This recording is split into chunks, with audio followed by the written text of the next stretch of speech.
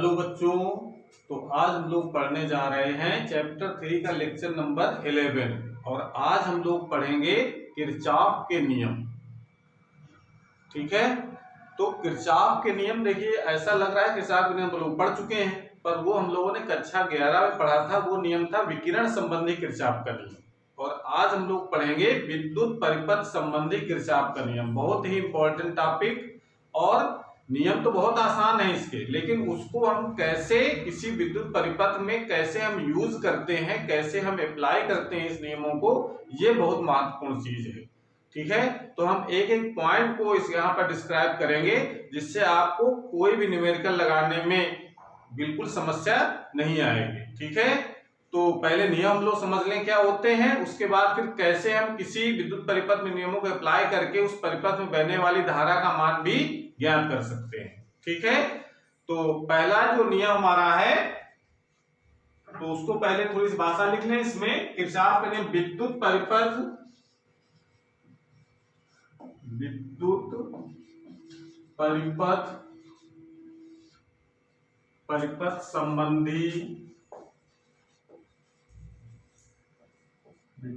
संबंधी किरचॉफ के निम्नलिखित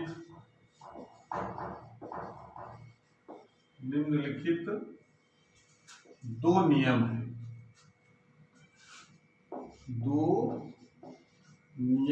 हैं।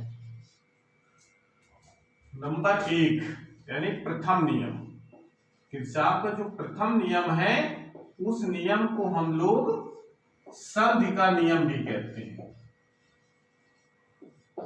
संधि का नियम, या इसी को दूसरा भी नाम होता है धारा का नियम भी कहा जाता है। इसको धारा का नियम, ये इसके नाम है, चाहे वो किरचॉफ प्रथम नियम कहे, चाहे संधि का नियम कहे, और चाहे धारा का नियम कहे, हम प्रथम नियम ही लिखेंगे उसको। ठीक है, तो ये नियम क्या कहता है कि किसी विद्युत परिपथ में, लिख लें पहले फिर उसको समझा देंगे। किसी विद्युत परिपथ में किसी संधि पर, संधि मतलब जंक्शन, किसी विद्युत परिपथ में किसी संधि पर मिलने वाली धाराओं का बीजगणितीय एल्जेब्रिक सम, बीजगणितीय योग शून्य होता है। ये नियम है हमारा कि किसी विद्युत परिपथ में किसी संधि पर मिलने वाली धाराओं का बीजगणितीय योग शून्य होता है। इसका मतलब है कि ये सिग्मा का मतलब हो गया सम यानी जोड़, और धारा का जो मान होता है वो 0 होता है। यानी इसको सिंपली हम लोग इस प्रकार से लिख सकते हैं कि I1 plus I2 plus I3 अगर किसी संधि पर मिलने वाली धाराएं, जैसे अगर एग्जाम्पल तौर पर देखें कि अगर मान लेते हैं कोई संधि है। अब देखिए संधि में वो कैसे डिफाइन करेंगे, संधि का मतलब क्या है। संधि का मतलब होता है कि जिस पॉइंट पर 3 या 3 से अधिक धाराएं मिल रही हो, ठीक है ना, या 3 या 3 से अधिक तार को ज्वाइंट करके संधि बनाई जाए, तो उसको हम कहते हैं संधि। ठीक है ना, ज्वाइंट करके हम उसमें गांठ बनाए, यानी कह सकते हैं कि 3 या 3 से अधिक तारों को जहां जुड़ रहे हो उसको हम संधि कहेंगे। जहां 2 तार जुड़ते हैं वो संधि नहीं कहलाती है।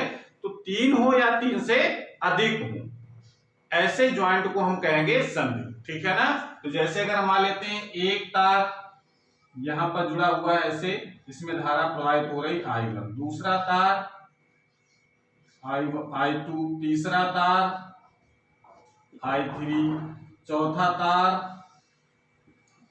I4 ऐसे करके ढेर सारे जितने भी हैं 3 या 3 से अधिक तारों को ज्वाइंट किया जाए तो उस संधि पर, यानी यहां पर जो संधि बनी हुई है वहां पर जितनी धाराएं मिल रही है उनका बीजगणितीय योग शून्य होता है, यानी एल्जेब्रिक सम। बीजगणितीय योग का मतलब चिन्ह सहित जोड़ना है, ठीक है ना। चिन्हों का ध्यान रखेंगे तो इसके चिन्ह परिपाटी भी हमको याद रखनी है। चिन्ह परिपाटी क्या कहती है?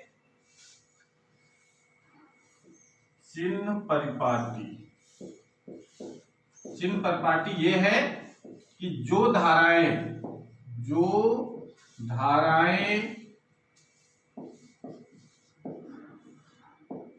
संधि की ओर आती हैं उन्हें धनात्मक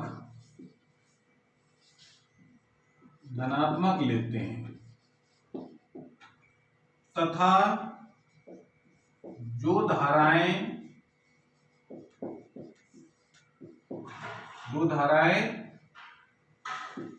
संधि से दूर जाती हैं उन्हें ऋणात्मक लेते हैं।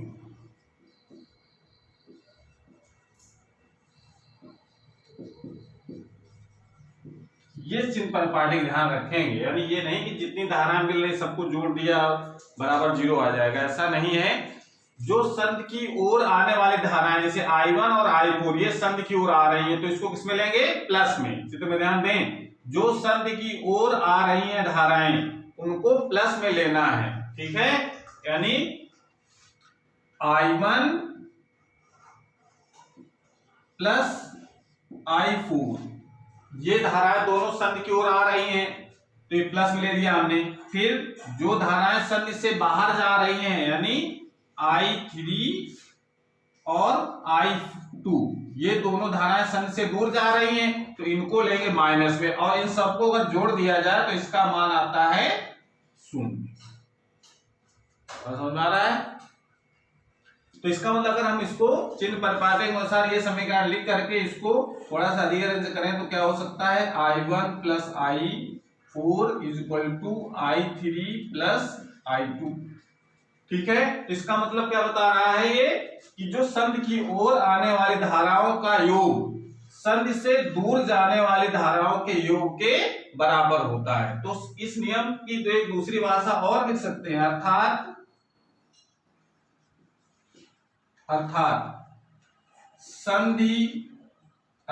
इस नियम के अनुसार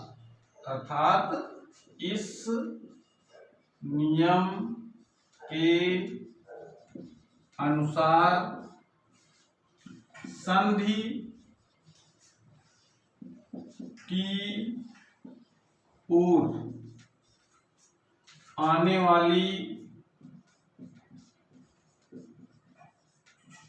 आने वाली धाराओं का योग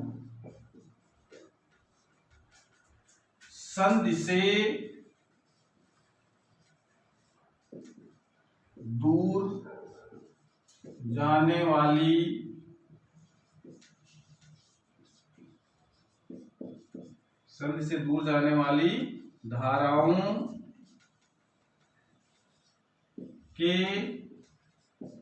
योग के बराबर होती है, ठीक है। इसी भाषा को जो हमने ऊपर लिखा है, जो मेन स्टेटमेंट हमने लिखा है कि किसी संधि पर मिलने वाली धाराओं का बीजगणितीय योग 0 होता है, उसी को हम इस तरीके से भी लिख सकते हैं कि संधि की ओर आने वाली धाराओं का योग संधि से दूर जाने वाली धाराओं के योग के बराबर होती है, ठीक है। तो एक चीज तो ये नियम तो हमारा इतना हो जाता है, लेकिन अब देखें इससे ये जो सिद्धांत हमारा है यानी जो प्रथम नियम है वो किस सिद्धांत पर आधारित है, ठीक है। इसको नोट कर ले पहले।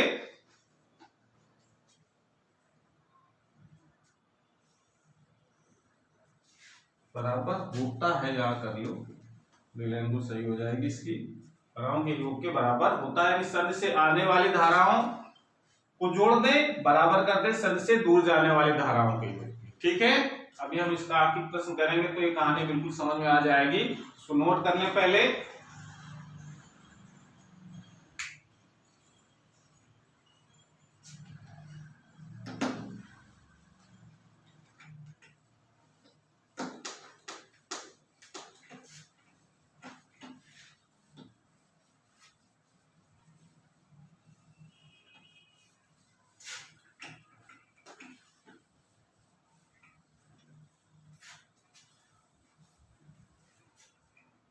इसमें से एक महत्वपूर्ण जो बात हमको याद रखनी, बोर्ड एग्जाम में कई बार पूछा भी गया है कि ये जो नियम हमारा है वो किस सिद्धांत पर आधारित है।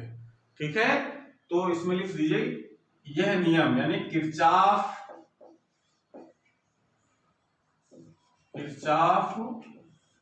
का प्रथम नियम आवेश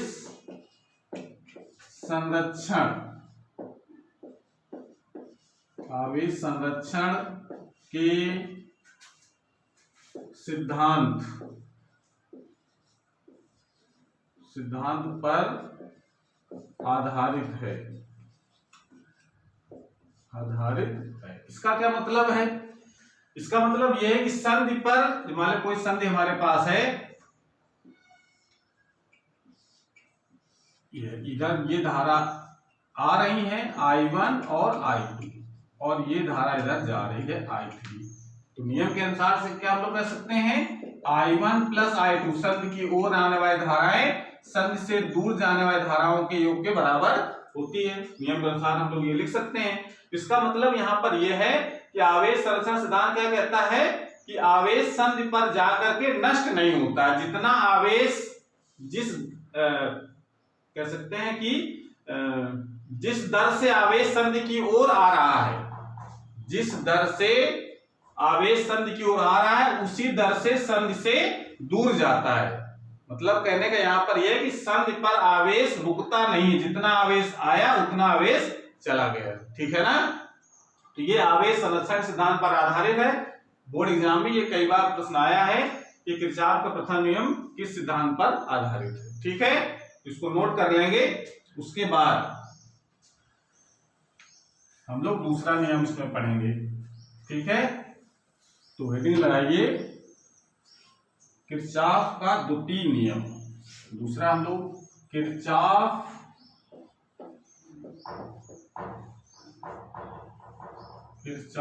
का द्वितीय नियम या इसी का दूसरा भी नाम हम लोग कहते हैं, इसको कहा जाता है लूप का नियम भी कहते हैं। लूप का नियम या इसी का और भी नाम है फोल्डता का नियम। फोल्डता का नियम, ये सारे जो है ये किरचॉफ के द्वितीय नियम, किरचॉफ का द्वितीय नियम छूट गया, इसको पूरा सही से लिख लें। किरचॉफ का द्वितीय नियम, इस नियम को ध्यान समझना है। ये नियम क्या है, ये उससे ज्यादा इंपॉर्टेंट है पहले वाले से। वो पहला वाला आसान भी है, दूसरे वाले को हमको आसान बनाना है, कैसे इसको अप्लाई किया जाएगा। ठीक है, तो किरचॉफ का द्वितीय नियम या लूप का नियम या उल्टा का नियम इसको कहते हैं। ठीक है, नियम क्या कहता है? नियम ये कहता है, स्टेटमेंट लिख लें पहले, किसी बंद पास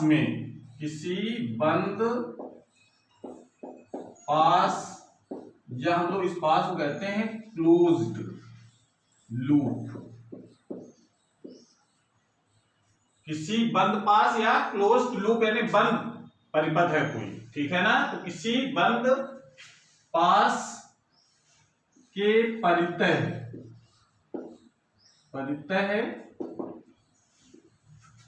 विद्युत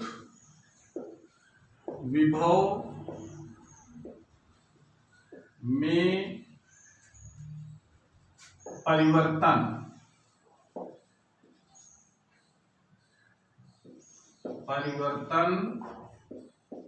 का बीजगणितीय योग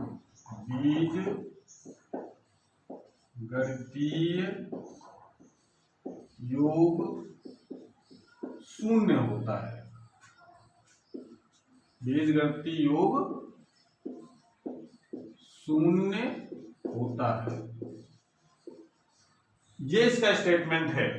किसी बंद पास के परितः विद्युत विभव में परिवर्तन का बीजगणितीय योग शून्य होता है। यानी किसी भी क्लोज्ड अगर लूप में अगर हम चलते हैं तो उसमें जो पोटेंशियल में जो चेंज होता है उसका एल्जेब्रिक सम किया जाए तो उसका मान कितना आएगा? 0।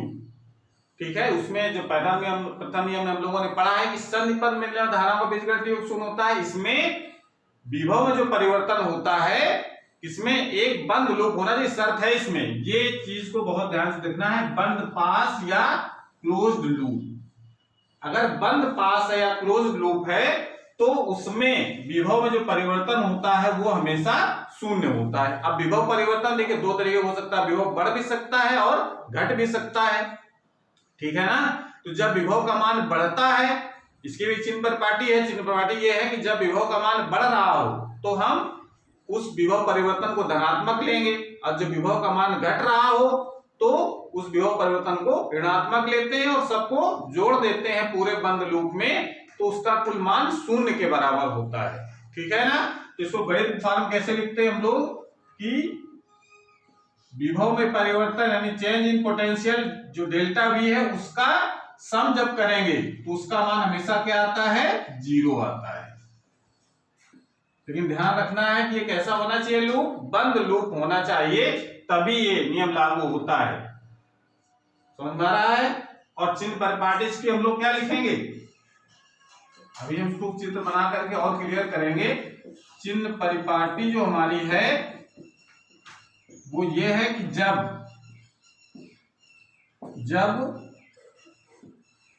बंद परिपथ या बंद पास लिख लीजिए, कुछ भी लिख सकते हैं, बंद लूप लिख सकते हैं।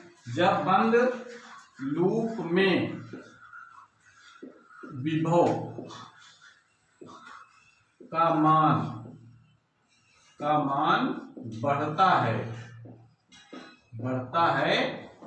तो विभव मान बढ़ता है तो डेल्टा वी को धनात्मक लेते हैं।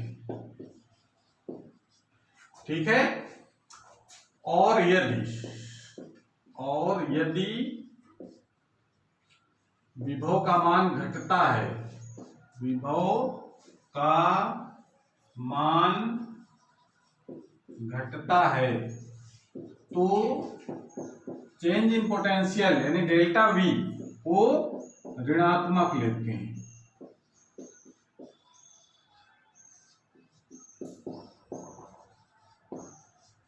ऋणात्मक लेते हैं। ठीक है।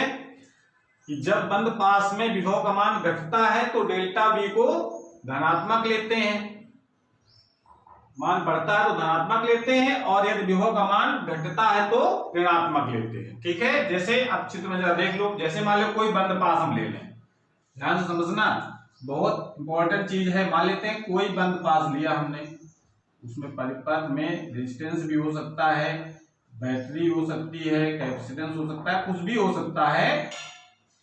ये प्रतिरोध हमारा R1 है, ये R2 है, बैटरी है E वोल्ट की, प्लस से माइनस, ये प्लस माइनस है, डायरेक्शन करंट की इस प्रकार से। ठीक है। अब देखिए इसमें कह रहा है कि टोटल इस पूरे बंद लूप में, जैसे अगर हम ये बात करें A B C D, ये हमारे पास बंद लूप है A B C D बंद लूप में अगर हम एक पूरा चक्कर लगाएं तो कहीं पर विभव मान बढ़ेगा और कहीं पर विभव का मान घटेगा, लेकिन जो रिजल्टेंट जो विभवांतर होगा उसका मान हमेशा 0 होता है। ये नियम है। जैसे देखो जरा इसमें चित्र में जैसे अगर हम इधर तरफ चल रहे हैं, ठीक है, तो देखो माइनस से प्लस, यानी ये जो माइनस वाली प्लेट होती है निम्न विभव पर होती है, प्लस वाली प्लेट उच्च विभव पर होती है, तो माइनस से प्लस की तरफ जाएंगे तो क्या होगा, विभव का मान बढ़ेगा। ठीक है, तो विभव का मान बढ़ेगा तो जो चेंज इन पोटेंशियल होगा किसमें लेंगे, प्लस में, यानी यहां पर प्लस में वैल्यू आएगी। ठीक है, डेल्टा वी का मान किसके बराबर होगा, जितना ई का मान है। उसके बाद इधर चले, अब इधर देखो धारा की दिशा में अगर चल रहे हैं इस तरफ, तो देखिए ये जानते हैं कि धारा की जो दिशा किस तरफ होती है, हमेशा उच्च विभव से निम्न विभव की ओर होती है। ये हमको पता है कि धारा का प्रवाह हमेशा उच्च विभव से निम्न विभव की ओर होता है। इसका धारा जब ऐसे बह रही, इसका मतलब है ये वाला जो पॉइंट होगा ये उच्च विभव पर होगा, हाई पोटेंशियल पर होगा, और ये वाला जो पॉइंट होगा वो लो पोटेंशियल पर होगा। बात समझ में आ रही है, हायर से लोअर तरफ करंट का फ्लो होता है।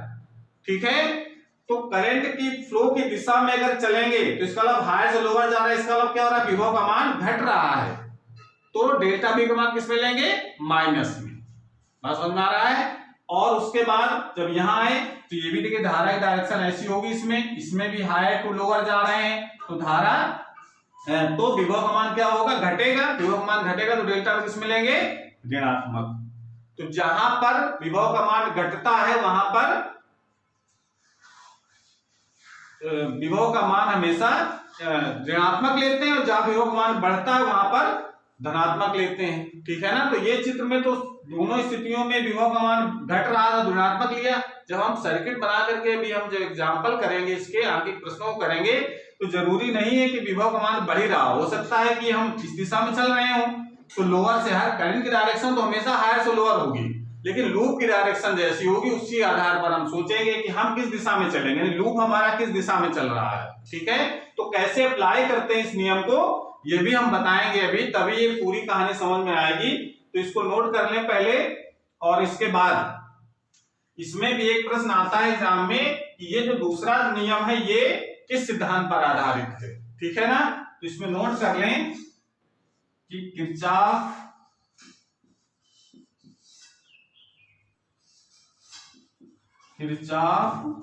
का द्वितीय नियम, किरचॉफ का द्वितीय नियम ऊर्जा संरक्षण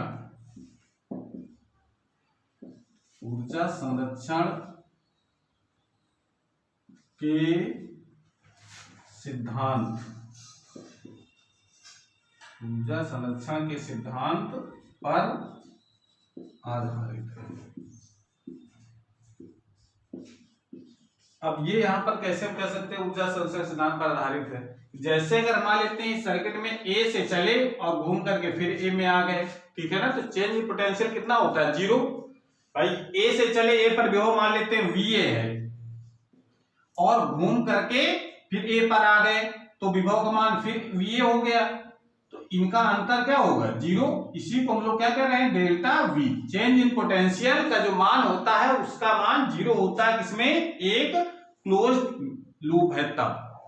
ठीक है, तो इसका मतलब जैसे यहाँ पर विभव का मान बढ़ता है, यहाँ पर विभव का मान घटता है, यहाँ पर फिर घटता है, लेकिन टोटल जब एक राउंड हो जाता है तो टोटल जो रिजल्टेंट जो विभव परिवर्तन होता है वो कितना हो जाता है, 0। ठीक है, तभी अलजेब्रिक सम लिखा है यहाँ, बीजगणितीय योग, मतलब चिन्ह सहित जोड़ना है, ये नहीं कि जितने विभव परिवर्तन हो रहा है सबको जोड़ दिया, केवल चिन्ह सहित जोड़ना है, कब प्लस लगाएंगे कब माइनस लगाएंगे, इस चीज का भी ध्यान रखेंगे। ठीक है, तो हमने ये लिखवा दिया, इसको अभी और एक्सप्लेन करेंगे। तो इसको ये पॉइंट हमको याद रखना है कि जब हम पास में विभव का मान बढ़ता है तो हम डेल्टा वी का मान किसमें लेंगे, धनात्मक, और जब विभव का मान घटता है तो ऋणात्मक लिया जाएगा। ठीक है, इस पॉइंट को ध्यान रखेंगे, इसको हम और अभी एक्सप्लेन करेंगे जब हम ये बताएंगे कि किरचॉफ के नियम को कैसे किसी विद्युत परिपथ में अप्लाई करते हैं, वो बहुत इंपॉर्टेंट चीज है। तो इसको नोट कर लें। और ये जो बता ऊर्जा संरक्षण के सिद्धांत पर, इसका मतलब क्या है कि जब यहां से ए से चले घूम करके ए में आ गए, डेल्टा वी का मान कितना हो गया, 0। ये नियम कहता है हमारा, जब डेल्टा वी का मान 0 आ गया तो अब चूंकि विभवांतर की परिभाषा हम लोग जानते हैं कि डेल्टा वी इक्वल टू क्या होता है, W/Q। जब ये 0 हो गया है तो W का मान क्या होगा, 0। ठीक है, W0 इसका मतलब कोई वर्क नहीं हो रहा है। जब वर्क नहीं होगा तो कोई एनर्जी में चेंज भी नहीं आता भाई। जो वर्क करते हैं वही तो एनर्जी के रूप में, पोटेंशियल एनर्जी, काइनेटिक एनर्जी में इकट्ठा होता है वो, ठीक है ना। जब कोई वर्क नहीं हो रहा है तो इसका मतलब है ऊर्जा उसकी क्या हो रही है, वो भी चेंज नहीं होगी। कोई पोटेंशियल एनर्जी नहीं बढ़ेगी ना घटेगी। भाई काम होगा तभी एनर्जी घटती बढ़ती है, जब काम ही नहीं हो रहा तो एनर्जी क्या होगी, कांस्टेंट रहती है, यानी संरक्षित रहती है। तो ये हमारा द्वितीय नियम ही बताता है कि ये जो सिद्धांत हमारा है दूसरा वाला, ये ऊर्जा संरक्षण के नियम पर आधारित है, ठीक है। इसको नोट कर लें। उसके बाद अब हम ये नियम तो हमारे यहीं पर से खत्म हो जाते हैं। इसको नियम तो बहुत आसान है, लेकिन इसको अप्लाई करना ये आपको समझना है, तभी हम इसके आंकिक प्रश्नों को कर पाएंगे, ठीक है। तो इसको नोट कर लें। उसके बाद हम बताते हैं कि विद्युत परिपथ में कैसे हम इस नियम को अप्लाई करते हैं।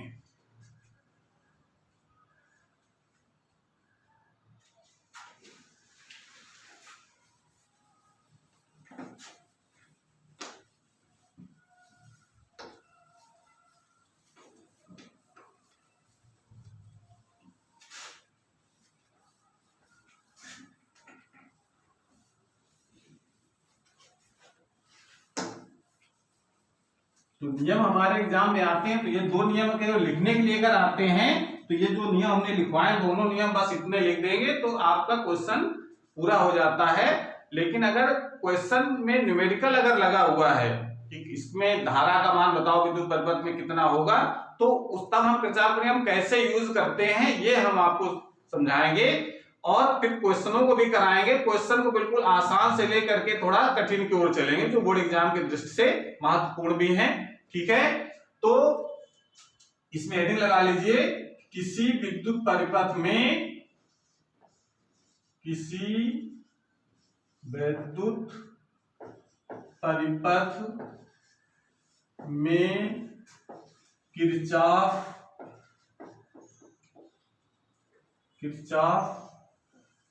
के नियम, किरचॉफ के नियम लगाने, किसी विद्युत परिपथ में किरचॉफ के नियम के लगाने की विधि क्या है, कैसे हम इसको यूज करेंगे किसी विद्युत परिपथ में, ये इसमें महत्वपूर्ण चीज है। किसी विद्युत परिपथ में किरचॉफ के नियम के लगाने की विधि। तो देखिए पहला पॉइंट इसमें क्या है। पहला पॉइंट यह है कि सर्वप्रथम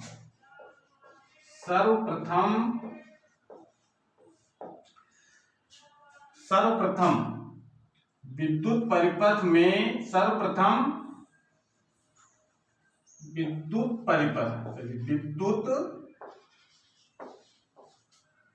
परिपथ जो दिया गया है हमको क्वेश्चन में, उसकी बात कर रहे हैं। सर्वप्रथम विद्युत परिपथ में एक सेल लगा हो सकता है उसमें, या एक से अधिक सेल भी लगे हो सकते हैं। सर्वप्रथम विद्युत परिपथ में एक अथवा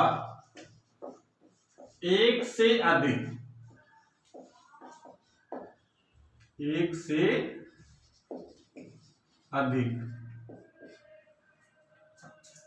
सर्वप्रथम विद्युत परिपथ में एक अथवा एक से अधिक सेलों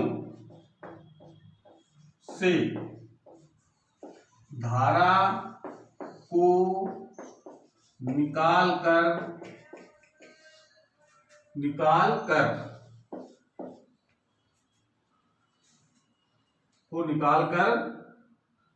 किरचॉफ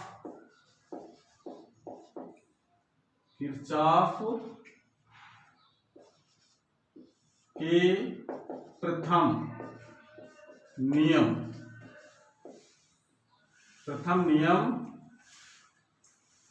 के अनुसार, इसको छाप ले पहले, उसके बाद समझाते हैं इसको। प्रथम नियम के अनुसार वितरित करते हैं,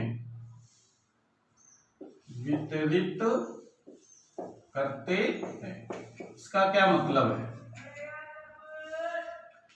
सर्वप्रथम विद्युत परिपथ में एक अथवा एक से अधिक सेलों से धारा को निकालकर किरचॉफ के प्रथम नियम के अनुसार वितरित करते हैं। ये पहला काम हमारा है। जैसे अगर कहीं पर विद्युत परिपथ में संधि बनी है और संधि में दो धाराओं को बांटना है, ठीक है ना। तो मान लो ये धारा हमारी अगर यहां से I चलती है तो इधर जाएगी I1 और इधर जाएगी I2। ये तो नियम के अनुसार है। ये इधर का धारा इधर अगर I जाए तो दो भागों में बट जाएगी, I1 और I2। तो अब यहां पर I2 भी लिख सकते हैं या फिर इस दिशा में लिखा जा सकता है I माइनस I1 भी लिख सकते हैं। इससे हमें कोई दिक्कत नहीं होगी। इस दिशा में I1 तो इधर जो बचेगी वही तो जाएगी। कितनी आ रही थी I, इधर चली गई I1 तो कितनी बची I माइनस I1।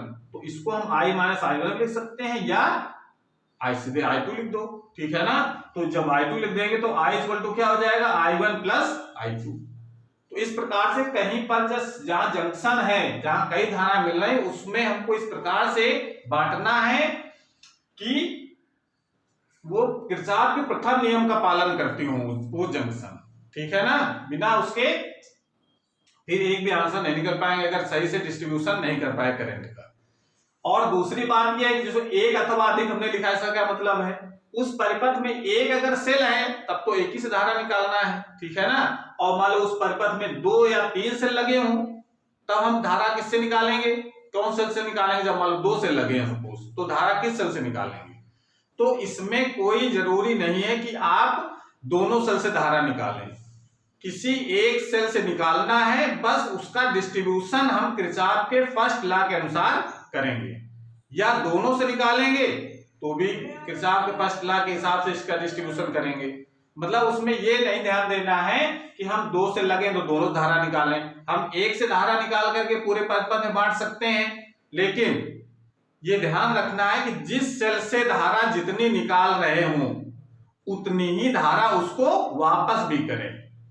ऐसा ना हो कि धारा हम I निकालें और उसको पहुंचा दें पीछे से I1 या I2 या I माइनस I1, कुछ भी ऐसा ना हो। अगर धारा I निकाल रहे हैं उस सेल से, चाहे दोनों सेल से निकाल रहे हों, लेकिन जितने सेल से जिस मान लो एक सेल से हमने I1 धारा निकाली तो दूसरे सेल से I2 निकाली, और जब उसको पूरे परिपथ में बांटते हुए दोबारा जब उसके अंदर एंट्री कराएं उस करंट की, तो जिससे I1 निकाले तो उसको I1 मिले, जिसको I2 निकाले तो उसको I2 मिले। और अगर एक ही सेल से धारा निकाली है तो जिस सेल से धारा निकाली है बाकी दूसरे सेल से कोई लेना नहीं, उसमें तो आपको किरचॉफ के फर्स्ट नियम के अनुसार बांटते हुए निकल जाना है। लेकिन जब हम जिस सेल से धारा निकाले उसके पास जब पहुंचेंगे तो उसको जितनी धारा निकाली थी एक सेल से उतनी धारा को एंट्री कराएंगे। यानी कहने का मतलब यह है कि जिस सेल से जितनी धारा निकालें उस सेल को उतनी धारा वापस कर दें। ये इसमें जरूरी नहीं है कि आप जितने सेल लगे हों सबसे धारा निकाली जाए। ये आपके सुविधा के अनुसार डिपेंड करता है, आपकी इच्छा के अनुसार डिपेंड करता है कि हम एक सेल से धारा निकाल रहे हैं कि दोनों सेल से निकालना है कि तीनों सेल से निकाल रहे हैं, ठीक है। तो इस चीज का विशेष ध्यान देना है। एक बात तो ये हो गई, ठीक है, पास समझ में आ गया। उसके बाद दूसरा पॉइंट हमारा क्या है, ये तो पहला काम है कि अगर डिस्ट्रीब्यूशन दे रखा है क्वेश्चन में तब तो कोई समस्या नहीं है। I1 I2 I के मान अगर पहले से दिखा रहे हैं सर्किट में तब तो ये डिस्ट्रीब्यूशन का कोई मतलब नहीं है। अगर नहीं दिखा रहे हैं तो ये पहला काम ये करना है जो पहले नियम 1 नंबर में हमने लिखा है, ठीक है। दूसरा नियम क्या करना है, दूसरा नियम ये करना है कि एक अथवा एक से अधिक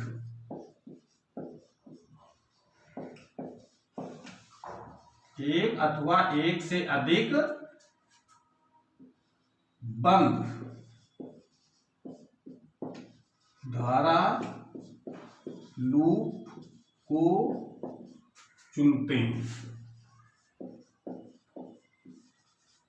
अब देखिए जब परिपथ जब हमारे पास जब होगा तो उसमें हो सकता है कि एक ही लूप बन रहा हो, या हो सकता है 2 लूप बन रहे हो, या हो सकता है 3 लूप बन रहे हो। जैसे मान लेते हैं कि एक सेल हमने लिया ये, ठीक है, और यहां पर एक रेजिस्टेंस लगा दिया। अब इसके हिसाब से देखा जाए तो ये प्रतिरोध हो गया, ये सेल हो गया, तो इसमें तो एक ही बंद लूप हो गया ये, ठीक है ना।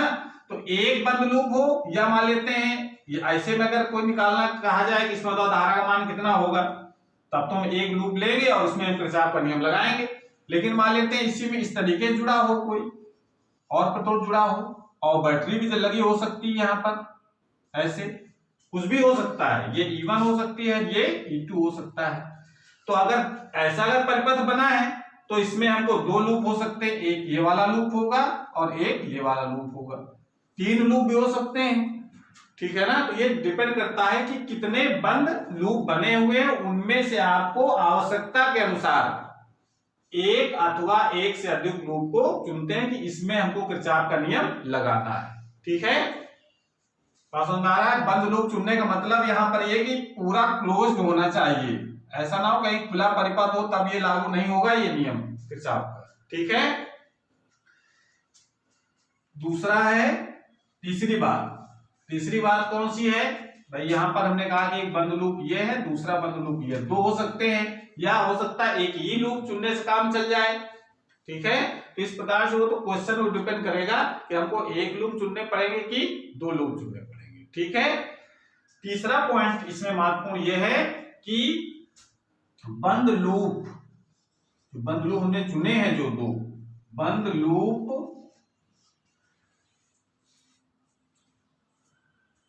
एक अथवा एक से अधिक बंद धारा लूप को चुनते हैं और इसमें बंद लूप की दिशा, इसमें बंद लूप की दिशा भी चुनना है। बंद लूप चुन लिया गया ये वाला बंद लूप होगा, उसकी डायरेक्शन क्या होगी, तो बंद लूप की दिशा या जिसको हम लोग कहते हैं पाथ भी कह देते हैं कि जिस डायरेक्शन में हमको चलना है उसका पाथ कैसा है, ठीक है। तो बंद लूप की दिशा क्लॉकवाइज अथवा एंटी क्लॉकवाइज, दो ही डायरेक्शन संभव है बंद लूप में।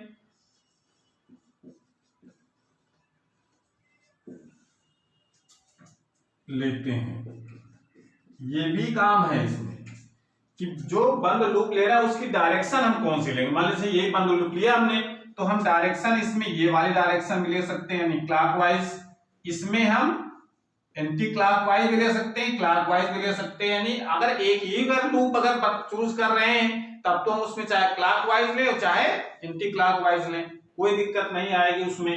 तो बंद लूप की दिशा क्लॉकवाइज या अथवा एंटी क्लॉकवाइज लेते हैं। लेकिन मान लो दो लूप अगर चुनने हैं तब उसमें कौन सी डायरेक्शन लेंगे, तो फिर ऐसा नहीं है कि अगर एक में क्लॉकवाइज लिया तो दूसरे में भी हमको क्लॉकवाइज लेना पड़ेगा, ये जरूरी नहीं है।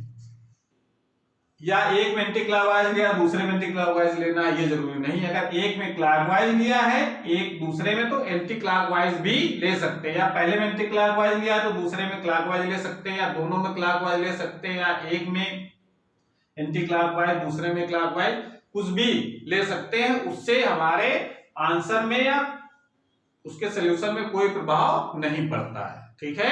तो ये पॉइंट ध्यान रखना है कि बंद लूप की दिशा क्लॉकवाइज अथवा एंटी क्लॉकवाइज लेते हैं, ठीक है। इसको नोट कर लें, उसके बाद अप्लाई करना जब हम सीखेंगे किसी क्वेश्चन में तब ये कहानी बिल्कुल समझ में आ जाएगी। इसको नोट कर लें पहले, उसके बाद इसमें और पॉइंट हमको लिखवाने हैं कुछ। बंद लूप का देखिए मतलब यहाँ पर और है, बंद लूप से मतलब यहाँ पर दिशा का मतलब ये, जैसे मान लो बंद लूप हमने ये चूज किया, ठीक है, ऐसे तो ये नाम लिख लेते हैं हम लोग ABCDA। तो बंद लूप कौन सा होगा हमारा, इसका नाम कैसे लिखेंगे हम लोग, बंद लूप की डायरेक्शन क्या ले रहे हैं, अगर हम ऐसे डायरेक्शन लेते हैं इस डायरेक्शन में तो ये कौन सी डायरेक्शन कहलाएगी, क्लॉकवाइज। तो क्या लिखेंगे, बंद लूप कौन सा चूज करेंगे, ABCDA। ये ए से स्टार्ट करेंगे ए पर आए तो ये बंद लूप होगा हमारा, ठीक है। अगर हम एंटी क्लॉकवाइज लेना चाहते हैं एंटी क्लॉकवाइज तो क्या लिखेंगे, ADCBA एंटी क्लॉकवाइज लिख सकते हैं। तो क्लॉकवाइज एंटी क्लॉकवाइज लेना ये हमारे ऊपर डिपेंड करता है कि किस डायरेक्शन में हम चलना चाहते हैं, ठीक है। लेकिन डायरेक्शन जो धारा की होगी उसको हम किरचॉफ के पहले नियम के अनुसार ही डिस्ट्रीब्यूशन करेंगे, ठीक है। पाथ चुनना ये हमारे अनुसार है, लेकिन किरचॉफ के प्रथम नियम के अनुसार धारा का वितरण करना ये बहुत जरूरी है, ठीक है। इसको नोट कर लें।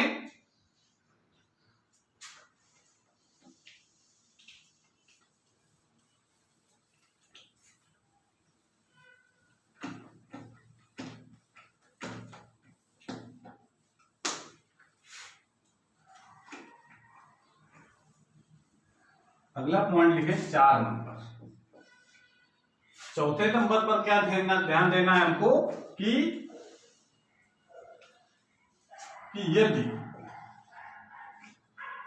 यदि धारा लूप की दिशा, यदि या बंद लूप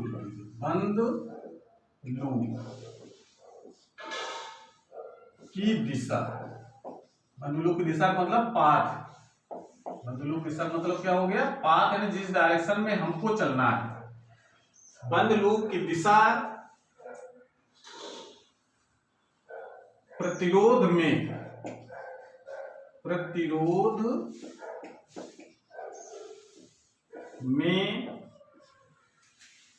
धारा की दिशा के विपरीत है तो यदि बंद लूप की दिशा प्रतिरोध में, प्रतिरोध लगे होंगे, परिपथ बना होगा, प्रतिरोध भी होगा, उसमें सेल भी होगा, तो पहले प्रतिरोध की बात कर रहे हैं हम लोग। यदि बंद लूप की दिशा यानी पाथ प्रतिरोध में धारा की दिशा के विपरीत है तो डेल्टा वी जो यानी विभवांतर है जो हमारा, वो किसके बराबर होता है, आई आर। विभव का मान तो V इक्वल आई आर होता है, यानी उसमें प्रवाहित होने वाली धारा और प्रतिरोध का गुणनफल करेंगे तो विभवांतर निकल आएगा कितना है। लेकिन चिन्ह कौन सा लेंगे हम, प्लस की माइनस, तो धारा की दिशा के विपरीत है तो delta V equal I R धनात्मक लेते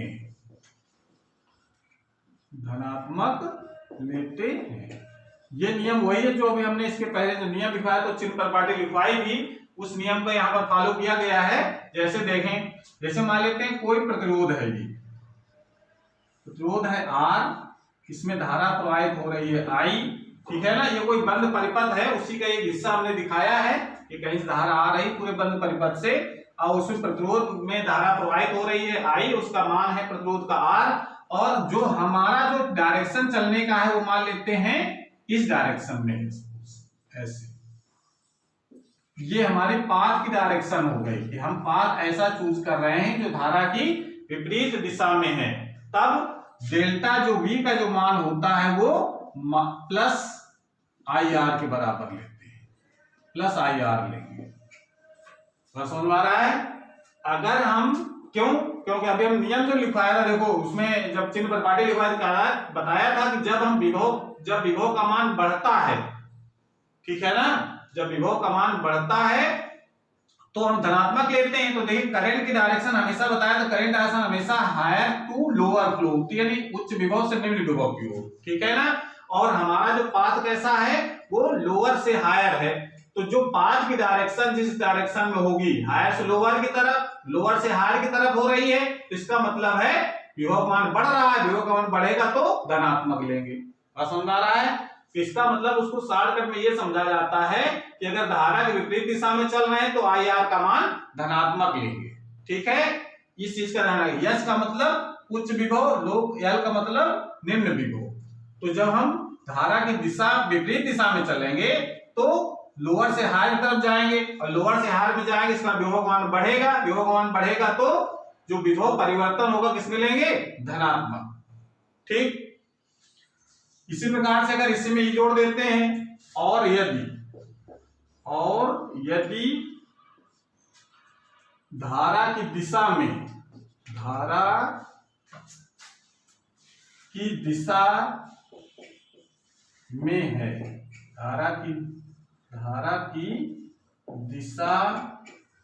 में यानी बंद लूप की दिशा अगर धारा की विपरीत दिशा में है तब तो आई आर का मान धनात्मक लेंगे, और यदि धारा की दिशा में है हमारा बंद लूप, यदि धारा की दिशा में है तो delta V is equal to I R इसमें लेते हैं ऋणात्मक लेते हैं। ये पॉइंट आपको ध्यान रखना है एकदम। इसका मतलब क्या है, इसका मतलब ये है कि मान लेते हैं यही परिपथ है हमारे पास, कोई बंद परिपथ का एक पार्ट दिख रहा है, ये R है जिसका प्रतिरोध है और उसमें प्रवाहित होने वाली धारा I है, तो इसका मतलब करंट तो हमेशा हायर से लोअर तरफ बैठी ही है, और पाथ हम धारा की दिशा में चूज कर लें अपना, ये तो पाथ हमने चूज करने के ऊपर डिपेंड करता है। तो अगर इस दिशा में अगर पाथ की डायरेक्शन अगर चूज कर लेते हैं तो अब धारा की दिशा में ही हो गए हम, तो क्या होगा, डेल्टा वी का जो मान आएगा वो किसमें लेंगे, माइनस में। ये पॉइंट बिल्कुल दिमाग में रखना है, ठीक है। उसके बाद पांचवा पॉइंट, चौथा पॉइंट याद समझ गए कि नहीं, बस इतना याद रखना है, धारा की विपरीत दिशा में चलेंगे तो प्लस, अब इसके विपरीत दिशा में हो जाएंगे तो फिर माइनस हो जाएगा, ठीक है ना। तो धारा की विपरीत दिशा में चलेंगे तो प्लस, दिशा में चलेंगे तो माइनस, ठीक। धारा की दिशा में चलेंगे तो माइनस, धारा की दिशा में चलेंगे तो प्लस, इतना ध्यान रखना है। दूसरा अगला पॉइंट हमको ध्यान रखना है कि यदि बंद लूप की दिशा, बंद लूप की दिशा या पाथ सेल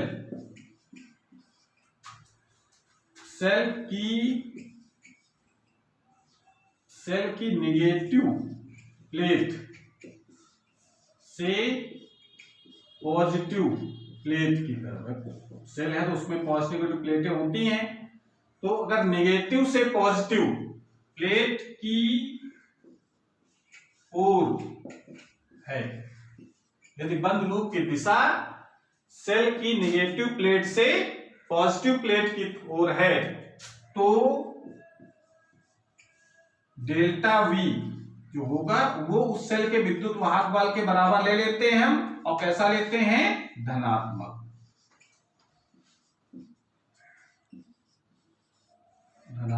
लेते, समझ में आए कुछ। यहां पर कोई नियम लागू हो रहा है इस चित्र में, अगर देखें, जैसे अगर हम ये कह दें कि ये सेल किसी विद्युत परिपथ में लगा है, प्लस प्लेट माइनस प्लेट, ठीक है, और हम पाथ चुन रहे हैं माइनस प्लेट से प्लस प्लेट की तरफ जाने वाला, ये पाथ की डायरेक्शन हो गई हमारी, यानी इस दिशा में, इसमें इस जो सेल हमारे पास है उसमें पाथ कैसे डिसाइड किया हमने, इस डायरेक्शन में, तो क्या होगा, हम कैसे चल रहे हैं, माइनस से प्लस, यानी ये जो प्लेट होगी ये कैसे होगी, लो विभव पर होगी और ये हाई विभव पर होगी, तो लो से हाई में जाएंगे तो किसमें लेके रखेंगे हम, यानी विभव मान बढ़ रहा है, विभव मान बढ़ेगा तो धनात्मक, तो वहां पर भी ये नियम लागू हो रहा है। तो हमको क्या याद क्या रखना है कि अगर हम माइनस से प्लस प्लेट की ओर जाएंगे तो धनात्मक, बस, ठीक है ना। हायर लोअर के चक्कर में नहीं पड़ेंगे, केवल समझने के लिए है कि हायर लोअर कहां तक बनाओगे क्वेश्चन में, इसलिए हमको ये केवल पॉइंट याद रखना है कि जब भी हम सेल में डायरेक्शन, धारा की दिशा नहीं देखनी है, ठीक है ना। कुछ बच्चे धारा दिशा देखने लगते हैं, पर ऐसा नहीं है, सेल में धारा दिशा नहीं देखेंगे हम, किसमें देखेंगे, प्रतिरोध। सेल में केवल हमको प्लेट देखना है कि माइनस से प्लस तरफ जा रहे हैं तो प्लस, और अगर प्लस से माइनस तरफ जाएंगे तो माइनस, तो आगे लिख सकते हैं, और यदि पॉजिटिव प्लेट से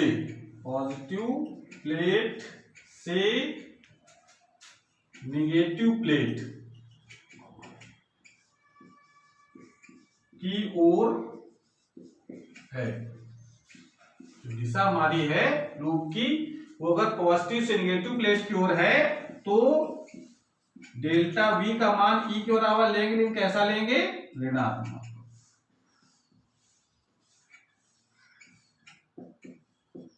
ठीक है, इसको चित्र के साथ देख लिया जाए। जैसे मान लेते हैं कि ये सेल है, प्लस प्लेट प्लस और माइनस, ठीक है, इसमें हम चूज कर लें अपनी पाथ की डायरेक्शन ये वाली, ये पाथ की डायरेक्शन हो गई।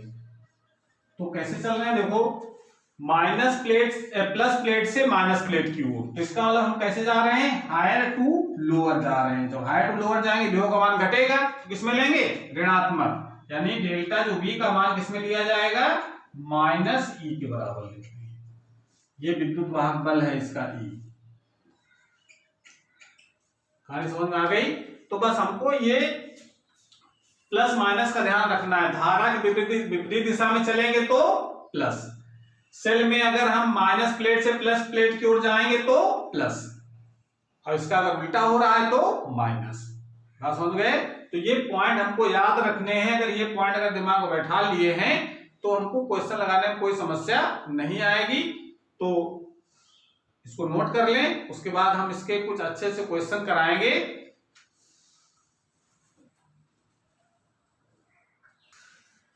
जैसे क्वेश्चन, ये पहला क्वेश्चन हम ले रहे हैं, बहुत एकदम आसान सा क्वेश्चन है कि हम एक लूप लिया, हमने एक बंद परिपथ ले लिया जिसमें है 10 वोल्ट एक बैटरी लगी है और उसको 3 ओम और 2 ओम के प्रतिरोध से जोड़ा गया है। तो एक बंद लूप हो गया। ये बंद लूप का नाम भी लिख लेते हैं हम लोग, A, B, C और D। उसमें कह रहा है कि बताइए इस परिपथ में कितनी धारा प्रवाहित होगी, या कह सकते हैं कि प्रत्येक सेल में प्रवाहित होने धारा का मान ज्ञात कीजिए। मतलब है कि ये है। अब देखिए इसको तो हम ओम के नियम के अनुसार भी बहुत आसानी से निकाल सकते हैं धारा का मान, लेकिन ओम का नियम हम यहाँ पर लागू नहीं करेंगे। हम बाद में चेक कर लेंगे ओम के नियम से और किरचॉफ के नियम से आंसर सेम आ रहा है कि नहीं, लेकिन हम अप्लाई करने जा रहे हैं किरचॉफ के नियम से कैसे हम निकालेंगे। ठीक है, तो किरचॉफ का नियम क्या कहता है हमारा कि किसी बंद परिपथ में या लूप में जो विभव जो होता है वो क्या होता है, जीरो होता है। विभव में जो चेंज होता है उसका जो सम होता है, अलजेब्रिक सम, उसका मान जीरो होता है। ये तो नियम हमारा, इस नियम को जरा यहाँ पर यूज करें। तो हमने क्या लिखा है कि पहले धारा के डायरेक्शन को बना लेते हैं। तो सेल एक ही लगा, तो एक सेल से धारा निकालिए, प्लस प्लेट है माइनस प्लेट है, इधर धारा जाएगी I, इधर धारा जाएगी I, इधर धारा जाएगी I, इधर धारा जाएगी I। बटना कहीं है नहीं, जो धारा सेल से निकलेगी पूरे परिपथ में घूम जाएगी। ठीक है ना, तो सब जगह धारा आई जा रही है, यही मान हमको निकालना है आई का कितना होगा। तो मान लेते हैं ए पॉइंट से चले और पूरा एक राउंड पर घूमेंगे, देखें विभव में चेंज कितना हो रहा है, उसका सम करेंगे, बराबर जीरो कर देंगे। ठीक है, तो नियम क्या कहता है हमारा कि जब हम डेल्टा वी का मान जब निकालेंगे तो ए चलेंगे, तो सेल मिला हमको, तो सेल देखिए डायरेक्शन कैसे चूज करना है हमको। अब डायरेक्शन देखिए पहले तो लूप चूज कर लें। तो लूप कौन सा चूज कर रहे हैं हम, बंद लूप। पहला काम तो था धारा का डिस्ट्रीब्यूशन कर लिया हमने। फिर दूसरा काम क्या करना है, बंद लूप को चुनना है। तो बंद लूप कौन सा चुनना हमने, A, B, C, D, E। ये बंद लूप हो गए, ये डायरेक्शन भी हो गई हमारी A, B, C, D, E। ठीक है, तो ये हमने क्लॉकवाइज डायरेक्शन, यानी ये कैसी डायरेक्शन है हमारी, क्लॉकवाइज। ये है हमारी लूप की डायरेक्शन। ठीक है, तो बंद लूप में जरा लगाना है। देखिए यहाँ पर धारा की दिशा में, यहाँ पर देखिए सेल में जब चलेंगे, ए से चलना शुरू करें, किसी एक पॉइंट चलना स्टार्ट किया जाता है, जब तक चलते हैं जब तक कि वहीं पर लौट करके नहीं आ जाते। तो ए चलना शुरू करें, पहले क्या मिलेगा, सेल मिलेगा, तो रुक जाएंगे और सोचेंगे कि कहां जा रहे हैं, माइनस प्लेट से प्लस प्लेट की ओर जाते हैं। तो डेल्टा भी किसमें लिया जाएगा, प्लस में। माइनस प्लेट से प्लस प्लेट की ओर जाएंगे, किसमें लेंगे, प्लस में। और कितने के बराबर लिया जाएगा, जितना उसका विद्युत वाहक बल है, तो प्लस में आ जाएगा 10। ठीक, उसके बाद यहां चले आगे, जहां पर प्रतिरोध मिलेगा फिर वहां रुक जाएंगे, प्रतिरोध मिलेगा 3 ओम का, धारा की दिशा में चले। देखो हम ये धारा तो इस दिशा में बह रही है और हमारा जो चलने का रास्ता यानी जो पाथ हमने चुना वो भी इसी डायरेक्शन में चल रहे हैं इसमें, यानी इसमें डायरेक्शन ऐसी है कि नहीं, देखो जिस धारा चल रहे उसी दिशा में हम भी चल रहे हैं, हमारा पाथ जो है वो भी इसी दिशा में है। तो इसका मतलब दोनों एक ही दिशा में हो गए। एक ही दिशा में जब धारा और पाथ दोनों एक ही दिशा में होते हैं तो उनका गुणनफल किसमें लेते हैं, माइनस में। तो -3 इंटू I, प्रतिरोध और धारा गुणनफल, ये होता है डेल्टा वी। यहाँ पर कितना चेंज हुआ। ठीक है, फिर यहाँ चले, तो यहाँ चले, ये भी धारा की दिशा में ही है, देखो पाथ हमारा धारा की दिशा में है, तो -2 इंटू I। फिर घूम करके और आए, ये पर आ गए, खत्म हो गया हमारा चक्कर, बराबर क्या कर देंगे, 0। ये 0 बराबर आ गया। यहाँ पर डेल्टा वी यानी चेंज इन पोटेंशियल कितना हुआ, इतना, और उसका मान किसके बराबर हो गया, 0 के बराबर। ठीक है, इसको सॉल्व कर लो, 3 और 2 5, 5I बराबर, इसको उधर ले जाओ 10, तो I बराबर कितना हो गया, 2 एम्पियर। करंट आ गई इतनी, ये आंसर हो गया। लो कितना आसान क्वेश्चन था ये। अगर हम चाहें ये किरचॉफ का नियम गलत लगा के सही, तो हम इसमें इस सिंपल सर्किट में हम लोग ओम का नियम लगा करके भी धारा का मान निकाल सकते हैं। कैसे, भाई देखो दोनों श्रेणी क्रम में लगे, तो 3 और 2 5 ओम प्रतिरोध हो गया, R का मान 5 हो गया और V का मान इसमें दे रखा है 10, तो आई का मान कितना हो जाएगा, v आई इक्वल होता है v अपान आर, तो v का मान 10/5 बराबर 2 एम्पियर। यहाँ से भी आ जाएगा, ठीक है ना।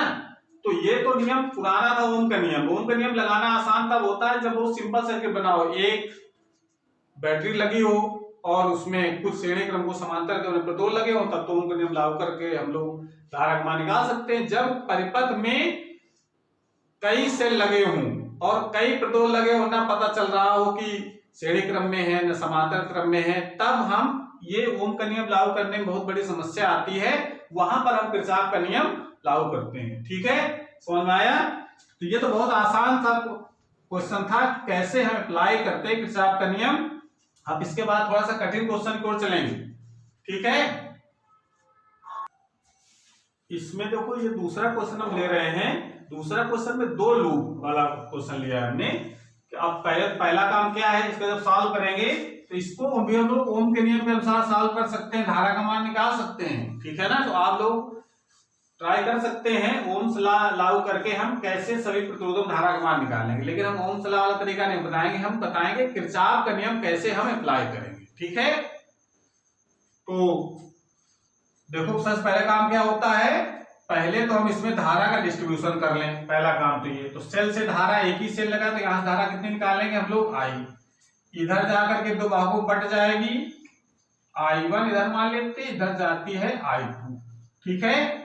और जब इधर घूम करके इधर I1 आएगी, इधर से I2 आई जुड़ जाएंगे, तो इधर क्या हो जाएगी I, और I होकर के फिर एंट्री कर जाएगी I इसमें, ठीक है ना। ये हमने बताया था कि धारा जितनी सेल से निकालेंगे उतनी ही सेल को वापस करनी है डिस्ट्रीब्यूशन करते समय, ठीक है।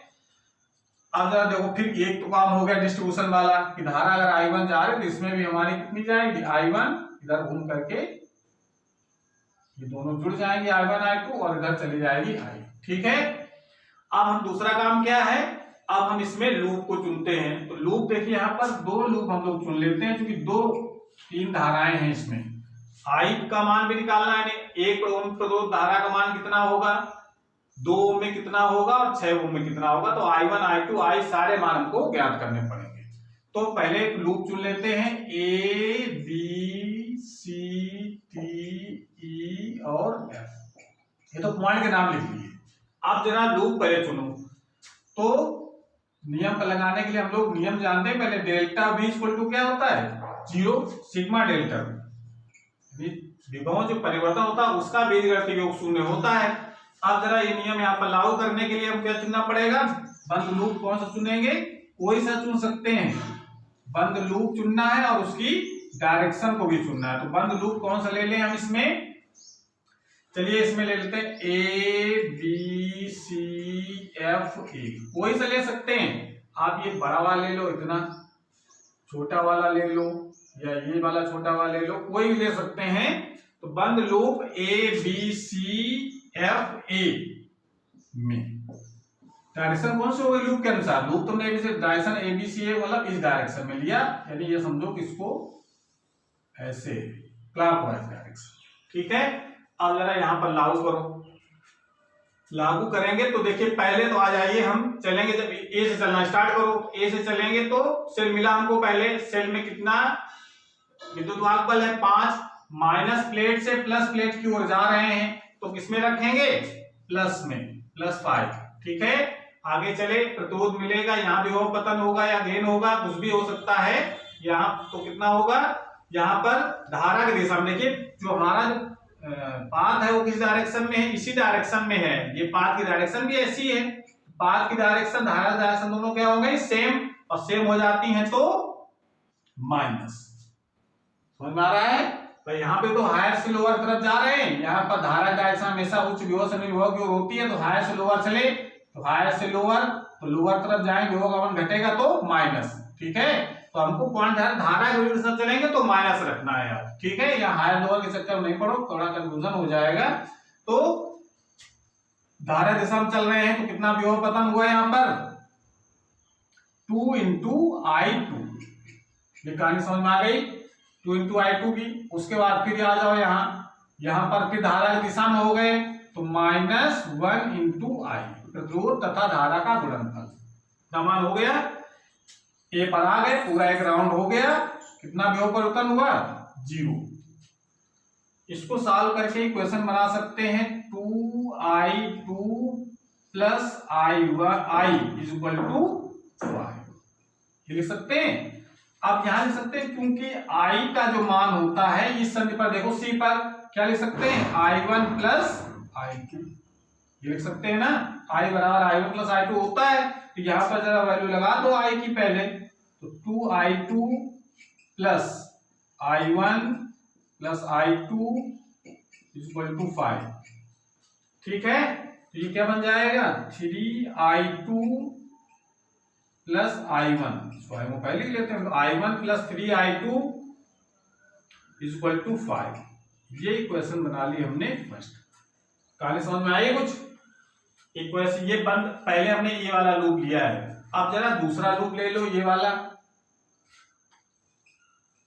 बंद loop C D E F C, ये डायरेक्शन लिए हमने बंद C D E F C, ठीक है। इसमें डायरेक्शन हम कौन सा डायरेक्शन चूज कर लिया हमने? ये भी क्लॉकवाइज, एंटी क्लॉकवाइज भी ले सकते हैं आप, इसमें कोई घबराने वाली बात नहीं है। क्लॉकवाइज एंटी क्लॉकवाइज भी ले सकते हैं, जरूरी नहीं कि हमने क्लॉकवाइज लिया है तो इसको भी क्लॉकवाइज लेना पड़ेगा, ये कोई कंडीशन नहीं है। आप क्लॉकवाइज अगर इसको लिया तो इसको एंटी क्लॉकवाइज भी ले सकते हैं, ठीक है। में ये फिर जरा नियम लगाओ, डेल्टा v इक्वल टू 0 वाला। तो अब जरा देखो इसमें, चलो c से स्टार्ट करें, तो c से स्टार्ट करेंगे तो पहले कहां जाएंगे? इस प्रतिरोध पर पहुंचेंगे पहले, तो कितना विभव पतन हो रहा है? धारा दिशा में जा रहे हैं तो माइनस, यानी 6i1, और घूम करके यहाँ आए, यहाँ आए, यहाँ फिर प्रतिरोध मिला हमको, तो ये भी आप देखो यहाँ पर ये धारा की विपरीत दिशा में हो गए भाई, ऐसे जा रहे हैं हमने यहाँ पर क्लॉकवाइज चुना है, तो हमारा चलने का रास्ता कैसा है? क्लॉकवाइज। तो जब यहाँ इस प्रतिरोध पर आएंगे तो धारा की विपरीत दिशा में चलेंगे, धारा ऐसे बह रही है, विपरीत दिशा में चलेंगे तो किस में लेंगे? प्लस में, ठीक है। यहाँ पर ये 6 जो है ये माइनस में लिया जाएगा, धारा की दिशा में है तो माइनस, धारा की दिशा में है तो प्लस, तो प्लस 2i2 ये हो जाएगा। बात समझ में आ गया ना भाई? यहाँ पर धारा की दिशा में थे तो माइनस, चूंकि हायर से लोअर तरफ जा रहे हैं, यहाँ पर हायर से लोअर करंट की फ्लो होगी, लेकिन जा कैसे रहे हम लोग? लोअर से हायर की तरफ, तो हायर की तरफ जाएंगे तो प्लस लिया जाएगा, ठीक है। अब देखिए ग्राउंड पूरा हो गया, इसमें कोई भी विद्युत वाहक बल तो लगा नहीं है, खत्म हो गई कहानी, बराबर क्या हो जाएगा? 0। यहां से इक्वेशन एक बना सकते हैं हम लोग, I2 इक्वल टू 95 करें तो I2 बराबर क्या आ जाएगा? 3i1, बना सकते हैं equation, I2 equal to 3i1 हो जाएगा, ठीक है। अब जरा 1 और 2 को सॉल्व करके हम I1 I2 को वैल्यू निकालेंगे। तो क्या करें? समीकरण 1 व 2 से, 1 व 2 से क्या लिख सकते हैं? देखो ये I2 वैल्यू समीकरण नंबर 1 में लगा दें तो कितना मान हो जाएगा? I1 प्लस 3 और I2 की वैल्यू है 3i1 बराबर 5, ये हो जाएगा। या इसको लिख सकते हैं हम लोग 3 त्रिका 9 1 10i1 बराबर हो जाएगा 5, तो I1 बराबर कितना हो गया? 1/2, या इसको लिख सकते हैं 0.5 एम्पीयर, ये हो सकता है I1 का मान। I1 का मान निकाल लिया। अब I1 का मान निकाल लिया तो इस समीकरण नंबर I का मान समीकरण 2 में रख दो, ये सब आप लोग कर सकते हैं काम। तो I2 का मान कितना हो जाएगा? 3 इंटू 1/2 यानी 3/2, या इसको लिख सकते हैं 1.5 एम्पीयर। समझ में आ गई कुछ? उसके बाद ये तो हो गया I1, यानी I1 कहां पर है? देखो चित्र में I1 किसमें? 6 ओम में, 6 ओम वाले प्रतिरोध प्रवाहित धारा का मान हो गया, और I2 जो हो गया वो 2 ओम में प्रवाहित धारा का मान हो गया। अब बचता है 1 ओम, तो 1 ओम में धारा कितनी प्रवाहित हो रही? I, और I का मान कितना है? ये इसमें चित्र में दिखेगा हमको, I का मान आई का मान किसके बराबर होता है भाई, आई यहाँ से आया, ये दो का बटा है I1 प्लस I2, तो आई का मान क्या हो जाएगा I1 प्लस I2। भाई यहाँ पर भी देखो, इधर से दोनों, इधर I2 आया, इधर से I1 आया, यहाँ करके दोनों जुड़ गए, तो I बराबर क्या हो जाएगा I1 प्लस I2। तो I की वैल्यू हो जाएगी हमारी 0.5 और प्लस 1.5, तो बराबर हो गया 2 एम्पियर। ठीक है, इस प्रकार से ये एक आंसर ये हो गया, एक आंसर ये हो गया। ये चित्र के अनुसार आप लोग आंसर लिख सकते हैं, किस प्रतिरोध में कितनी धारा प्रवाहित हो रही है। समझ में आ गया? तो इसको नोट कर लें, और क्वेश्चन हम इसमें और करेंगे। अभी वीडियो थोड़ा लंबा हो रहा है, लेकिन आप क्वेश्चन को बिल्कुल समझ लें, जिससे आपको आगे क्वेश्चनों को करने में कोई समस्या ना आए। अगर हम यहाँ तो वीडियो छोटा करने के चक्कर में वीडियो खत्म कर देते हैं, तो फिर आगे न्यूमेरिकल करने में समस्या आएगी, क्योंकि हमको अभी और भी इंपॉर्टेंट कुछ पॉइंट बताने हैं आपको। तो इसको नोट कर लें, उसके बाद अगला क्वेश्चन करते हैं।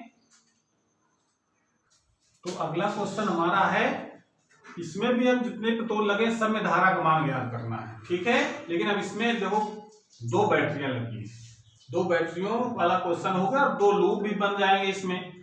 तो 2 लूप और 2 बैटरी वाले क्वेश्चन को कैसे करेंगे। ठीक है, तो हमने बताया इस पहला काम तो ये है कि उस विद्युत परिपथ में पहले हम करंट डिस्ट्रीब्यूशन करते हैं किरचॉफ के फर्स्ट नियम के अनुसार। कैसे करते हैं, या तो 2 सेल से धारा निकालें या तो 1 सेल से धारा निकालें।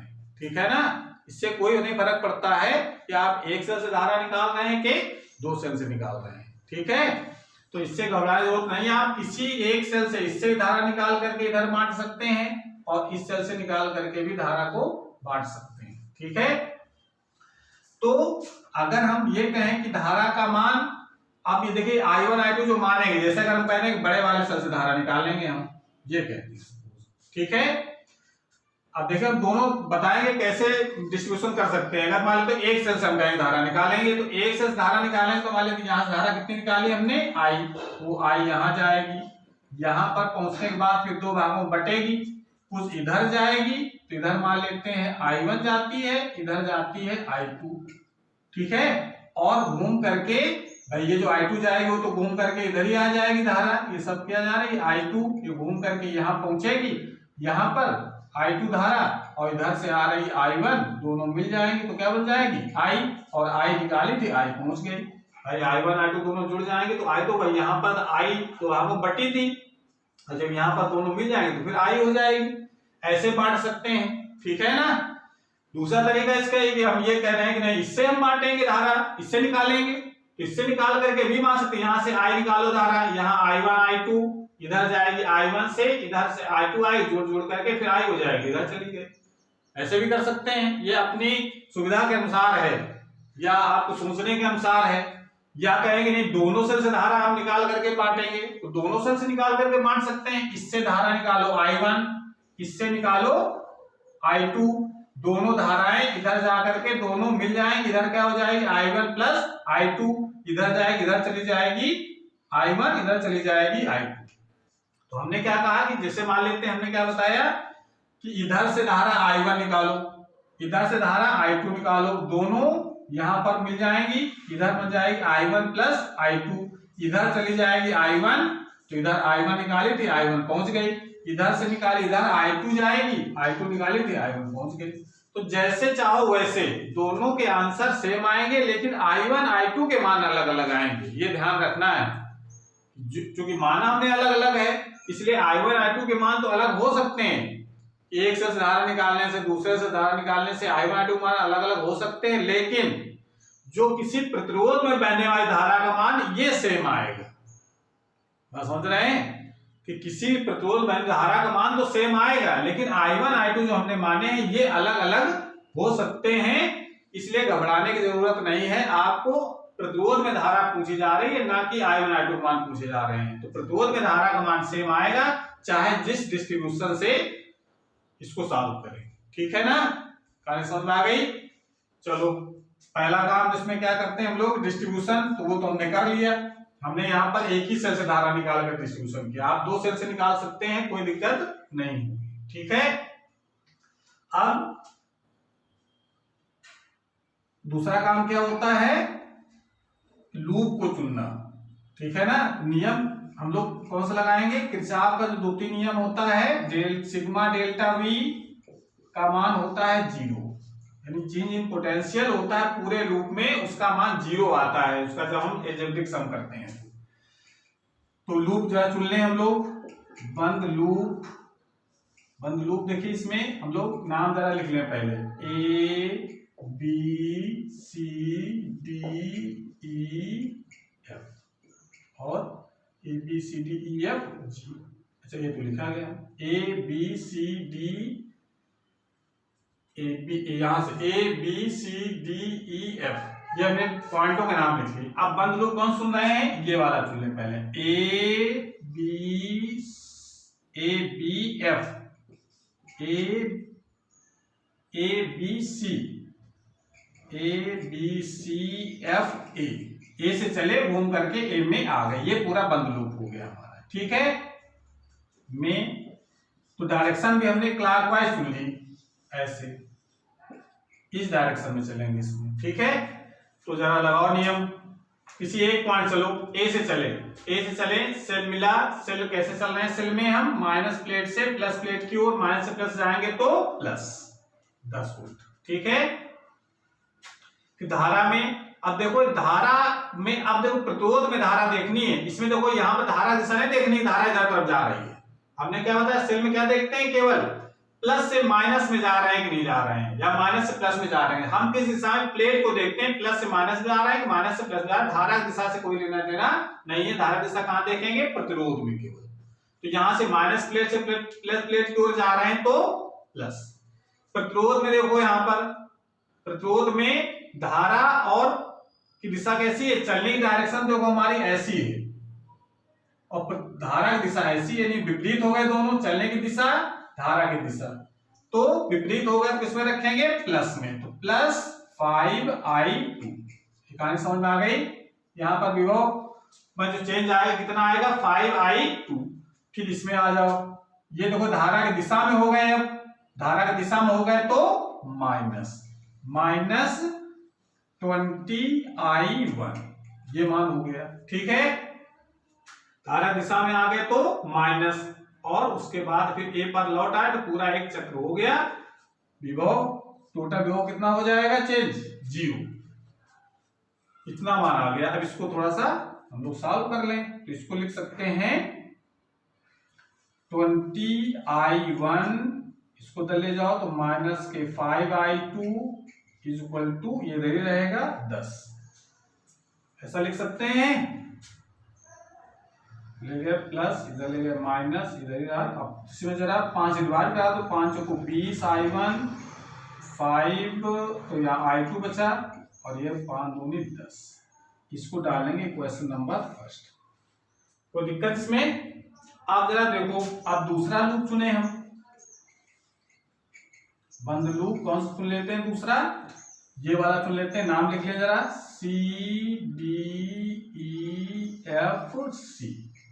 इसमें इस बार इसमें भी हमको डायरेक्शन चुननी है धारा की, धारा डायरेक्शन तो बनी हुई है, चुनने किसको, अपने पाथ की डायरेक्शन चुननी है। तो पाथ की डायरेक्शन को हम लोग कैसे चुनेंगे, हमने कहा था कि दोनों में से दो जो लूप अगर है तो उसमें चाहे एक में क्लॉकवाइज, दूसरे में एंटी क्लॉकवाइज, या दोनों में क्लॉकवाइज, कुछ भी चुन सकते हैं। तो हमारे लिए इसमें भी हम लोग यही डायरेक्शन चुन लेते हैं, ऐसे क्लॉकवाइज। ठीक है ना, तो ये डायरेक्शन CDEFC, ये वाला क्रम हमने चुन लिया। ठीक है, तो देखो जरा, फिर जरा नियम लगाओ इसमें, किसी पॉइंट से चलो, मान लो F से चले, F से चलेंगे तो धारा की विपरीत दिशा में हो गए, देखो धारा इधर जा रही है, हम विपरीत दिशा में हो गए तो किसमें रखेंगे, प्लस में। 20i1 कहीं से भी चल सकते हैं, जरूर नहीं कि F चले, आप से चलना शुरू कर दो, बस एक राउंड चलना है पूरा। 20i1, उसके बाद यहाँ पर देखिए धारा की विपरीत दिशा में फिर हो गए हम, भाई जो डायरेक्शन हमारी है वो यहाँ पर देखो धारा की विपरीत दिशा में चल रहे थे, यहाँ पर भी धारा की चल इधर रहे हैं, धारा बह रही ऐसे उल्टा, तो इसका मतलब यहाँ पर भी क्या रखेंगे हम लोग, विपरीत दिशा में रखते हैं प्लस, तो प्लस 10i। ठीक है, बात समझ गया कि नहीं। यहाँ धारा दिशा में होगा तो टेढ़ आई रखा जाएगा।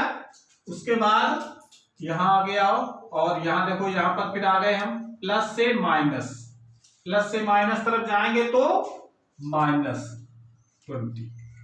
प्लस से माइनस जाएंगे तो माइनस। धारा दिशा में देखनी है, प्लेटों में पोलरिटी देखनी, प्लस से माइनस जा रहे हैं तो माइनस से। अब देखो एक राउंड हो गया पूरा, एफ से चले थे, एफ में आ गए, बराबर क्या हो जाएगा 0। ये कहानी समझ में आ गई भाई। दोनों प्रतिरोधों में धारा विपरीत दिशा में चल रहे हैं, विपरीत दिशा में चलेंगे तो प्लस हो गए, यहाँ प्लस से माइनस जा रहे हैं तो माइनस। बस खत्म हो गया। सेल और प्रतिरोधों पर देखते हैं विभव का लाभ या हानि जो कुछ हो रही है। अब इसको हम लोग थोड़ा सॉल्व कर लें तो लिख सकते हैं 10 से डिवाइड करा दो, थोड़ा पक्षांतर भी कर लेते हैं हम लोग। तो इसको लिख सकते हैं 2i1 प्लस i बराबर 2, ये लिख सकते हैं हम लोग। अब यहां पर चूंकि i का मान देखो, यहाँ i दो भागों में बटी थी, i1 प्लस i2, तो यहाँ पर ये लिख सकते हैं चूंकि i बराबर है i1 प्लस i2। ठीक है, इधर आ जाओ फिर, ये जरा i का मान यहां लगा दो, तो 2i1 plus i1 plus i2 बराबर कितना हो जाएगा। इसलिए ये 2i1 plus i1 plus i2, ये i की वैल्यू यहां लगानी है। ठीक है, इक्वल टू है 2, इक्वल टू 2 है ये। अब इसको थोड़ा सॉल्व कर लें तो ये हो जाएगा 3i1 प्लस i2 बराबर 2। ये क्वेश्चन डाल लेते हैं इसको दूसरे। ठीक है, कोई दिक्कत। अब देखो समीकरण नंबर 1 को देखो और 2 को देखो। समीकरण 1 और 2 को देखो, दोनों को सॉल्व करके हमको i1 i2 के मान ज्ञात करने हैं। ठीक है, तो बस सिंपल है, समीकरण 1 और 2 को जोड़ दो। समीकरण 1 व 2 को जोड़ने पर जब जोड़ देंगे तो देखो i2 से i2 कट जाएगा, 4i1 और 3i1 कितने हो गए 7i1 बराबर 2 और 2 4 हो गए। तो i1 का मान कितना आ गया 4/7। ये i1 का मान निकाल लिया गया। ठीक है, ये i1 का मान किसी एक समीकरण में रख दो। चलो i1 का मान जरा समीकरण 1 में रख देते हैं। 1 में रखने पर तो 1 में रखो तो क्या हो जाएगा 4 × 4/7, ये i1 का मान हो गया, माइनस i2 बराबर 2। तो i2 बराबर कितना हो जाएगा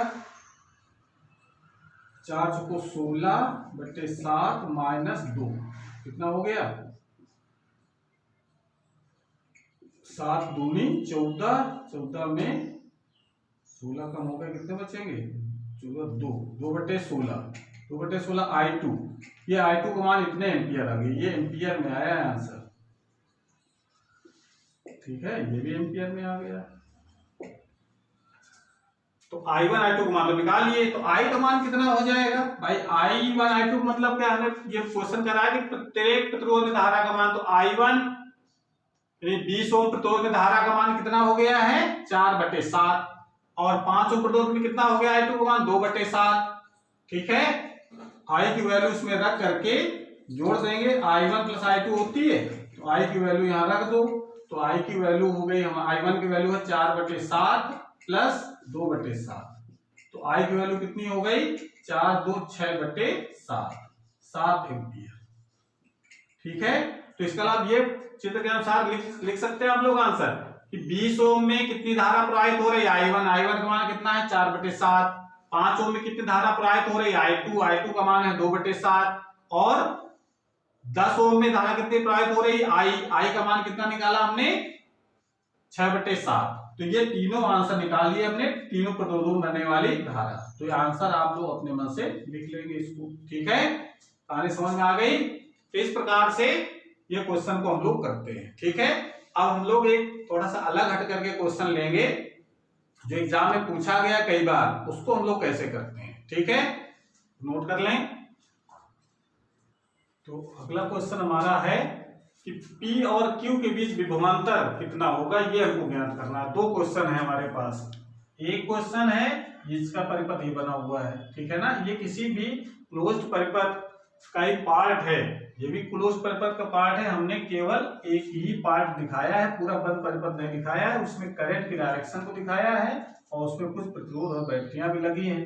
तो कह रहा है कि P और Q के बीच कितना विभवांतर होगा, ठीक है ना। तो इसको हम कैसे निकालते हैं किरचॉफ के नियम से, इस चीज को ध्यान देना है।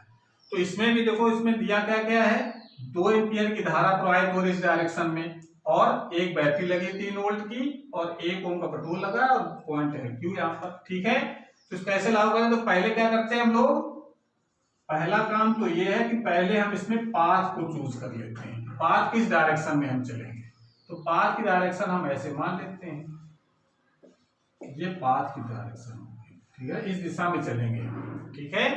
अब धारा भी इसी दिशा में बह रही है और हम भी उसी दिशा में चल रहे हैं। धारा और पाथ की डायरेक्शन दोनों सेम हो गए। तो नियम लगाओ पहले, इस बिंदु पर विभव कितना है, पॉइंट, जब विभवांतर निकालते हैं जिस पॉइंट पर निकालना है पहले हम लिख लेते हैं VP, यानी पॉइंट P पर पोटेंशियल, वो हमेशा पॉजिटिव मान लेते हैं पहले वाले पॉइंट को।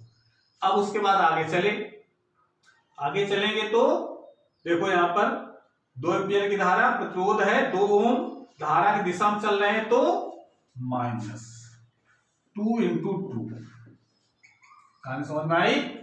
उसके बाद फिर देखो यहाँ चले, धारा की दिशा में, इस दिशा में चल रहे हैं, धारा की दिशा में चल रहे हैं, तो इस सब सेल पर जब पहुंचेंगे तो प्लस से माइनस तरफ जाएंगे, और प्लस से माइनस तरफ जाते हैं प्लेट में तो -3 वोल्ट, ये हो गया विभव पतन यहाँ पर। उसके बाद इधर चले, धारा की दिशा में, धारा इधर भी तो जा रही है 2 एम्पियर की, 2 एम्पियर की धारा, 1 ओम का पेट्रोल, धारा की दिशा में जाएंगे तो -2 × 1, समझ में आ रहा है। तो ये देखो इतना विभव था पहले पॉइंट P पर, और घटते बढ़ते क्योंकि प्लस माइनस हो सकता है, तो यहाँ पर घटना शुरू, घटते घटते कितना बचा, ये हम जीरो नहीं करेंगे, यहाँ पर कितना बचेगा VQ, यानी पॉइंट Q पर कितना विभव बचा, ठीक है। तो यहाँ पर हमको निकालना क्या है, VP - VQ पूछ रहा है कितना होगा, विभवांतर कितना P और Q पर। तो इसको सॉल्व कर लो, कितना हो जाएगा, 2 दूनी 4, 4 3 7 और 2 9, उधर जाएगा तो प्लस का हो गया, तो 9 आ जाएगा आंसर। बस ये हमारा विभवांतर हो गया। इतना आसान सा क्वेश्चन था। क्या करना, क्या जिस पॉइंट से स्टार्ट करना है उसको प्लस लेकर के आगे वाले में किरचॉफ का नियम लागू करते हुए हम लास्ट बराबर 0 नहीं करेंगे, लास्ट वाले पॉइंट का विभव लिख देंगे कितना होगा, ठीक है, ये आंसर आ जाएगा 9 वोल्ट। इसी प्रकार यहाँ लागू करके देखो, चलो वीडियो पॉज करके ट्राई करो, ठीक है। कैसे करेंगे, इसमें भी तरीका यही है कि आप अपना पहले पाथ चुन लें, इस डायरेक्शन में हम चलेंगे, ये पाथ की डायरेक्शन हो गई। धारा देखो इसमें इस दिशा में प्रवाहित हो रही है, तो धारा की विपरीत दिशा में अपना पाथ हो गया। अब जरा देखो, अब हम इस यहाँ P से चल रहे हैं, P से चल रहे हैं तो पहले क्या लिख देंगे हम लोग VP, फिर यहाँ देखो प्लस से माइनस तरफ जाएंगे, प्लस से माइनस तरफ जाएंगे तो -10 वोल्ट है यहाँ पर, तो प्लस से माइनस तरफ जाएंगे तो माइनस। अब देखो धारा की डायरेक्शन, इधर 1 एम्पियर की धारा है, धारा की विपरीत दिशा में चले, धारा की दिशा में लेंगे तो किसमें रखेंगे हम लोग, प्लस में, 1 × 3, धारा की विपरीत दिशा में किसमें रखते हैं हम लोग, प्लस में। और यहाँ पर आगे फिर बैटरी मिली हमको, यहाँ देखो माइनस से प्लस प्लेट की ओर जा रहे हैं, तो पाथ की डायरेक्शन देखना है, माइनस से प्लस की तरफ जा रहे हैं तो +12 वोल्ट।